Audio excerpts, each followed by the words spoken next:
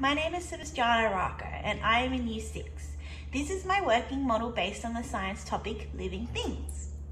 I have created a pollination conveyor to show how pollinators such as bees and butterflies move between different plants and help them reproduce. In my model, you can see I've used a variety of animals and plants to demonstrate these adaptations that help plants attract pollinators. These adaptations include features like bright colors, different shapes, and magnetic pollen represented by beads. Pollinators are very important for keeping our environment healthy by collecting nectar and spreading pollen. This process supports sustainability because bees and butterflies help nature continue to thrive by ensuring plants keep growing and producing food for other living things as well. The way I created my model, I designed 3 different flowers that represent various plant adaptations. These were made using different colored paper, pom-poms, bamboo sticks, and magnets to show how pollen is collected on the beads, as you can see there. I also added a butterfly toy and a bee toy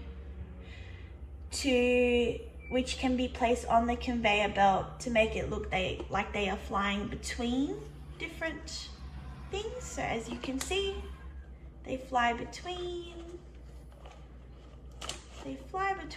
the plants. And I also constructed a moving conveyor system which the animals are on top of. I used a cardboard box, toilet paper roll, tape and plastic to create the belt that moves the pollinators between the flowers. In my model, the butterfly represents the pollinators as well as the bee. But the butterfly shows a pollinator that can reach deep nectar with its long antennas, while the bee collects pollen from flowers that are more open. This model demonstrates how animals and plants are connected through adaptations. It also highlights the importance of pollination for sustainability, showing how bees and butterflies help our environment grow and stay balanced. So now I'm going to show you how this exactly works. So first, starting off with my butterfly, I will show you how the butterfly will collect pollen. So starting from this end over here, I place the butterfly on top, and then with the sticks, I rotate them and the butterfly reaches the plant. Now this plant is a little bit more difficult as it has the long adaptations. So with the butterfly's antenna, it collects the pollen and then it moves on.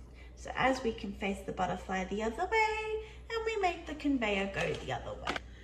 So as you can see, I put my bee onto my conveyor belt, and then this is going to show my bee moving. As you can see, my bee has reached the flower and it picks up that pollen and it's placed back onto the conveyor belt. Then the bee travels to the middle flower, which is an open flower as well. And then it collects the pollen from there as well. As you can see, the bee drops the pollen from the other flower and shows that adaptation of transfer. And it's got the different bee. In this model, several science outcomes are covered. First, STI01. Students show their understanding of how pollination and plant adaptations can support sustainability. Next, ST3PQU01. Student investigates and tests different variables, such as the type of pollinators, the adaptation of flowers, or even where the flowers are placed. Student is also working towards ST3DAT01 by observing which flowers provide pollen and explaining why some are more successful when plant pollination interactions take place. Finally, ST3DDT01 is addressed as students design their own pollination conveyor, test how it moves, and makes improvements to help increase pollen transfer. For the content covered, the student examines and explains how the characteristic of flowers and seeds act as adaptations for plant reproduction. The model shows flowers with different shapes, colors, and pollen types, so students can actually see how these adaptations attract pollinators and help plant reproduction. Student has also observed both behavioral and structural adaptations in plants and animals, and think about how these help them survive in environments. For example, Pollinators like the bees and the butterflies shown in the working model presentation show behavioral adaptations when they move from flower to flower. For the students' learning experiences, the focus was in stage 1 that students were introduced to the basic needs and parts of plants. They learned how plants grow from seeds and require sunlight, soil, and water to survive. Students also explored different environments and identified how animals depend on plants for food and shelter. In stage 2, students developed their understanding further by learning about the life cycle of plants, including flowering, pollination, seed formation, and germination. They also recognized how structural features of plants, such as colors and shapes, help attract animals for pollination and seed dispersal. These earlier experiences have built a strong foundation for students' current learning in stage 3. And at this level, the students are now able to describe what pollination is and explain how the importance for plants' reproduction and food production, identify the different ways pollen can be transferred, and recognize various plants' adaptations that attract pollinators such as colors, scent, and the flower shape. Explain how these adaptations help plants survive and reproduce in different environments. The student also understands how pollination and plant adaptations support biodiversity and healthy ecosystems. And lastly, the student describes how these processes contribute to sustainability. The learning in this unit incorporates a combination of explicit teaching, hands-on experiments, and student inquiry-based learning to support deeper understanding and engagement with scientific concepts. Explicit teaching provides students with clear, structured instructions where key concepts and vocabulary are introduced, explained, and modeled by the teacher. This approach ensures students develop a strong foundational understanding of scientific ideas such as pollination, plant adaptations, and sustainability. It allows the teacher to guide step by step, clarify misconceptions, and set clear learning intentions and success criteria. Hands-on experiments allow students to actively explore and apply their knowledge through practical sensory experiences.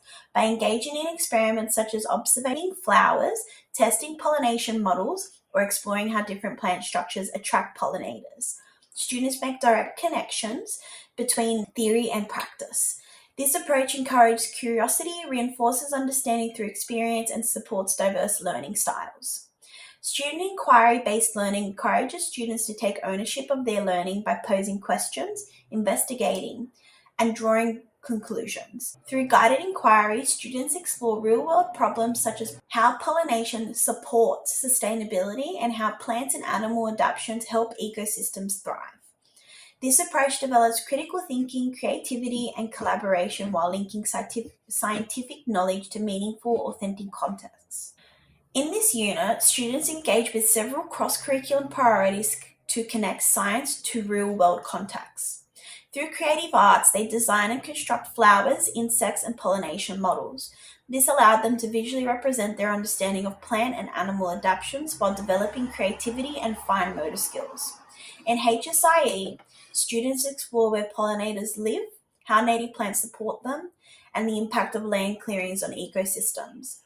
PDHPE links environmental responsibility to personal and community well-being, encouraging students to reflect on how caring for the environment supports nature and people. We also explore Aboriginal and Torres Strait Islander histories and cultures, learning how Indigenous people manage land and promote biodiversity through planting native species and protecting pollinators. Students use critical and creative thinking to design and problem solve in their models. They build literacy skills by using scientific vocabulary and communication ideas through presentations and diagrams. Ethical understanding is developed as students consider their responsibility to protect pollinators and ecosystems. Personal and social capability grows through teamwork and collaboration, and intercultural understanding is strengthened by valuing Indigenous knowledge and diverse cultural approach to sustainability. When conducting this activity, it is important to keep health and safety in mind as a teacher. Teachers need to follow student medical information carefully and have instructions for administering any necessary medication in case of allergies or unexpected reactions.